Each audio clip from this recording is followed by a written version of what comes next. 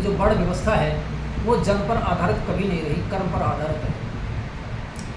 लेकिन लोग अज्ञानतावश उसे कर्म के आधार पर, जन्म के आधार पर जानते हैं।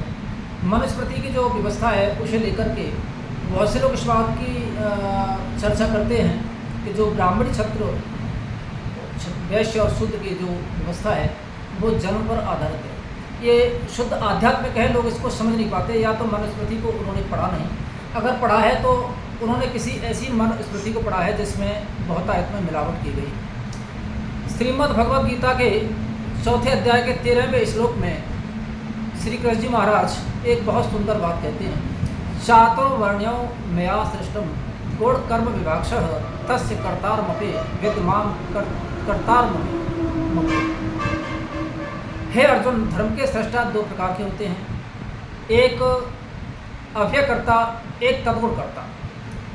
वर्तमान में लोग अज्ञान के चलते जन्म के मिथ्याभिमान में आकर चातुर्वर्ण की वर्ण व्यवस्था को भूल जाते हैं और जहाँ छत्रापन है वहाँ छत्रापन की बात नहीं करते।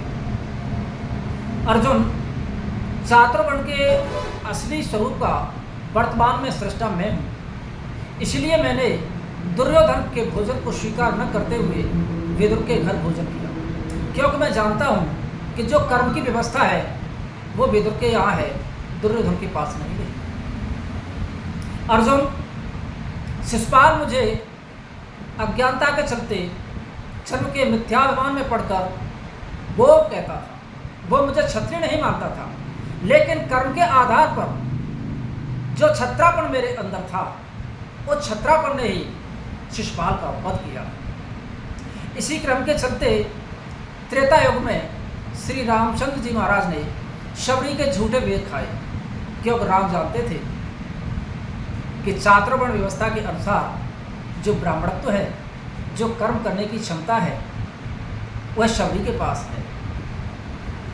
इसीलिए जो चातुर्वर्ण की जो व्यवस्था है वही सत्य है, वही शाश्वत है। जन्म के आधार पर लोग उसको अभिमान में आ जाते हैं और समझ